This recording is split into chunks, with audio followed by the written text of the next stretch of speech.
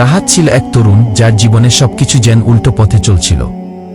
পরীক্ষায় ব্যর্থতা, চাকরির অনিশ্চয়তা, পরিবারের চাপ, সব মিলিয়ে তার মনে অশান্তির শেষ ছিল না। একদিন সে ঠিক করল আর পারছে না। বাড়ি থেকে বেরিয়ে নদীর পাড়ে বসে থাকল।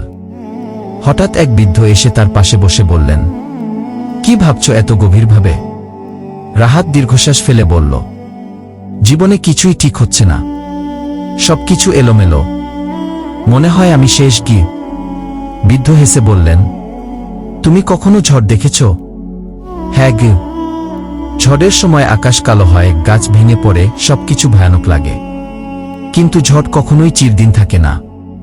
ঝড় শেষে আকাশ পরিষ্কার হয়, রোদ উঠে, পাখি গান গায়। তোমার জীবনও তেমন।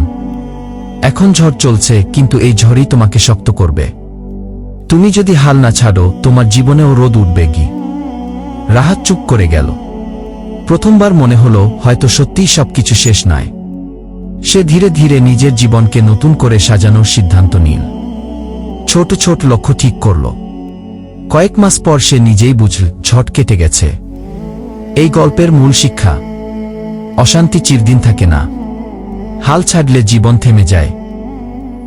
যত বেশি ঝড় পেরোবে তত বেশি শক্ত হবে।